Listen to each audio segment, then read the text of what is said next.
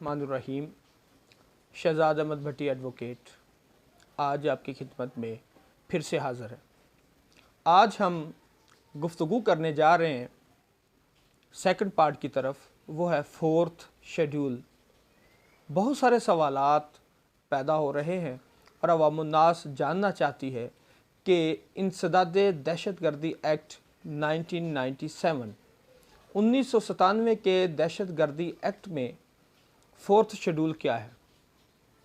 या बहुत सारे सवालात सोसाइटी की तरफ से और लॉ स्टूडेंट्स की तरफ से आ रहे हैं कि फ़ोर्थ शेड्यूल किसे कहते हैं और फोर्थ शेड्यूल की लिस्ट क्या होती है और फोर्थ शेड्यूल में किन वजूहात की बुनियाद पर लिस्ट में नाम डाल दिए जाते हैं।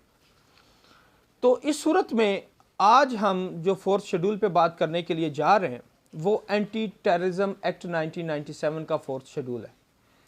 और फोर्थ शेड्यूल जो है वो हम पढ़ते हैं और उसके बाद हम उसकी आगे गुफ्तगू करेंगे। जी, ये एंटी टेररिज्म एक्ट का फोर्थ शेड्यूल है और यहाँ पे एक बात काबिल गौर है, काबिल अमर है, याद दहानी रखने के काबिल है कि सेक्शन 11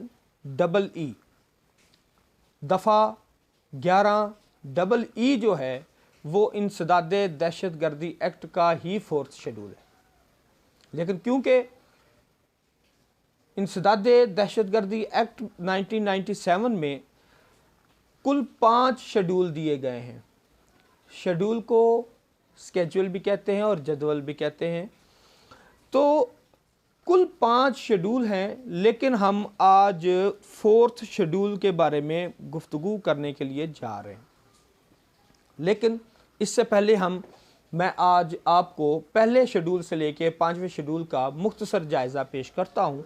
उसके बाद हम जो है वो फोर्थ शेड्यूल पे गुफ्तगू करेंगे। फर्स्ट शेड्यूल है list of proscribed organisation, section 11B।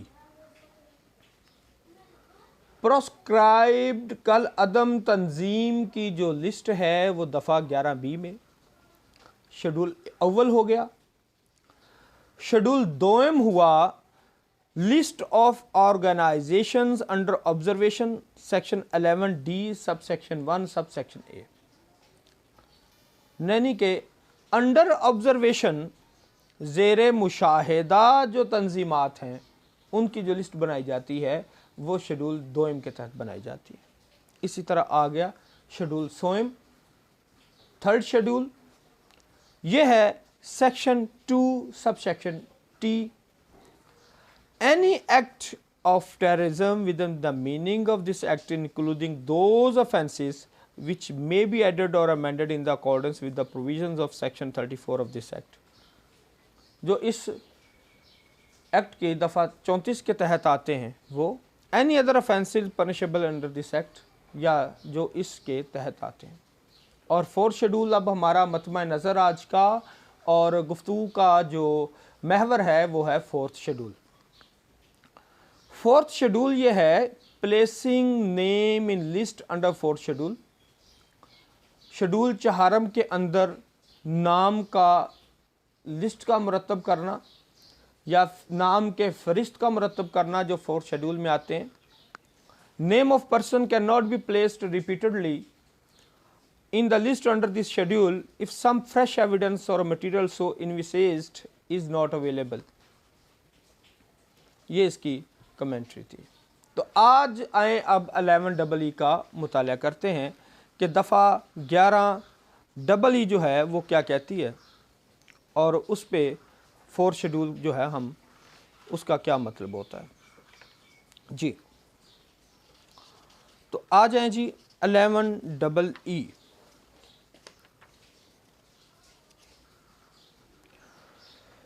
11 जो है वो है प्रोस्क्रिप्शन ऑफ पर्सन, किसी शख्स को कलअदम करार देना।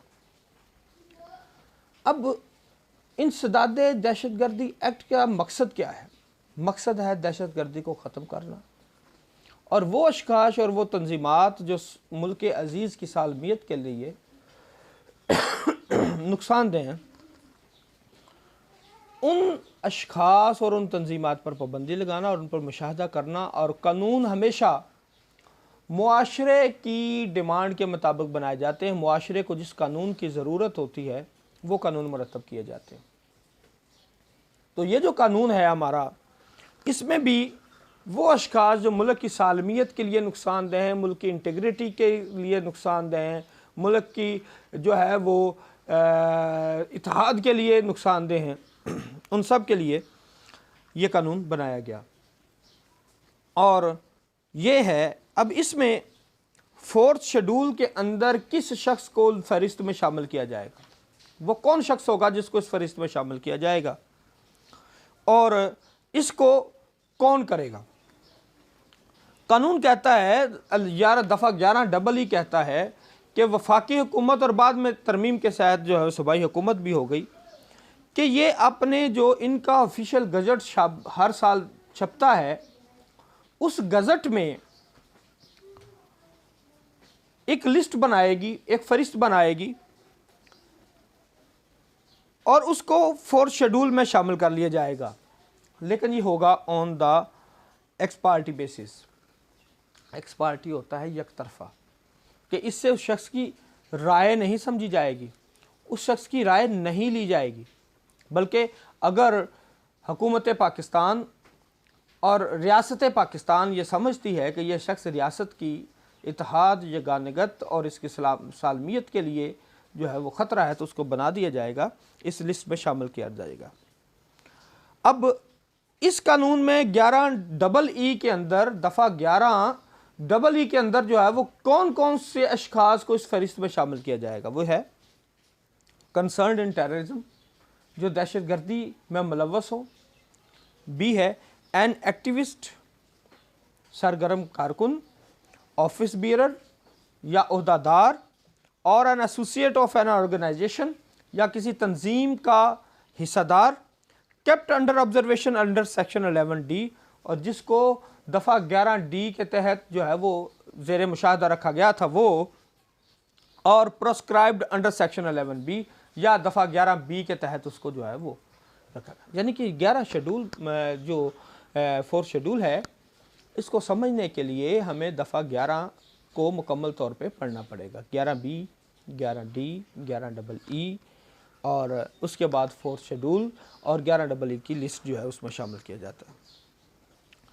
और इसके साथ साथ associate of an organisation under kept under observation under section 11D और प्रोस्क्राइब्ड अंडर सेक्शन 11B। उसके बाद सी है इन एनी वे कंसर्न्ड और suspected to be concerned with such organization or affiliated with any group or organization suspected to be involved in terrorism or sectarianism or acting on behalf of or at the direction of any person or organization prescribed under this act।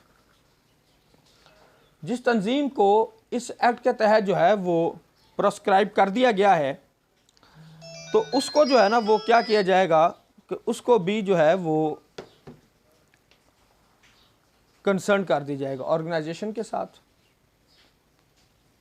Affiliate कर दिया, अगर वो affiliate है किसी group के साथ, किसी organisation के साथ, suspected to be involve in terrorism या वो मशकूक तौर पे किसी दहशत गर्दाना सरगर्मियों में शामिल है, तो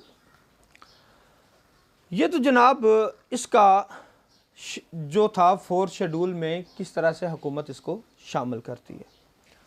और अब जो हमारा अगला जो हमारा पार्ट होगा, उस पार्ट में हम ये ज़िक्र करेंगे बामुताबिक कानून कि उसको जो है वो अगर शख्स किसी को 4th शेड्यूल में शामिल कर लिया जाता तो वो क्या करे, वो हमारा अगला पार्ट आएगा।